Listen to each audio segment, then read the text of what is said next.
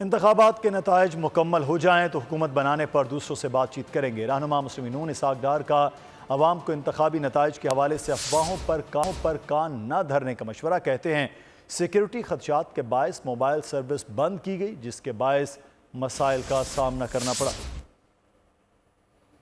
اور انڈیپینڈنس میں کلیئرٹی لے آئے کہ آئین 72 گھنٹے دیتا ہے، جو ہمیں جوائن کریں گے انڈیپینڈنس وہ تو یعنی کہ پھر اس پارٹی کا حصہ بن جاتے ہیں۔ مسلم لیگ نون کے اوپر وہ تمام پابندیاں جو پولیٹیکل پارٹی کے ممبر میں ہوتی ہیں وہ ہوتی ہے۔ اس میں مین وہ vote of confidence, vote of no confidence, اس میں آپ کا بجٹ ہے، اس میں آپ کی کانسٹیٹیوشنل امینڈمنٹس ہیں، تو وہ تو فالو کرنی پڑتی ہے۔ جہاں تک ان کو ملا کے حکومت بنانے کا تعلق ہے، وہ تو آپ کا حصہ بن جائیں گے۔ اس سے پہلے ہم دوسری جو پولیٹیکل پارٹیز ہیں، سیاسی جماعتوں کے ساتھ پھر ہماری بات ہوگی اور ان کو ہم کوشش کریں گے جیسے آگے حکومت میں وہ ہمارے شراکت دار تھے اور پارٹنر تھے، ان کے ساتھ پولیسنگ کا سسٹم جو تھا وہ ڈاؤن تھا۔ آپ کو بھی پتا ہے، مجھے پہلی دفعہ ملک میں ڈاؤن نہیں ہوا، کئی دفعہ ہوا ہے۔ میری ذاتی رائے میں میرا خیال ہے کہ اس کو ڈاؤن کرنے کی ایک وجہ ہو سکتی ہے اور وہ ہے دہشت گردی۔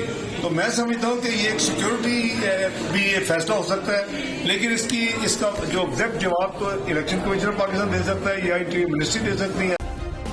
سبسکرائب کریں اور بیل دبائیں تاکہ کوئی خبر رہ نہ جائے۔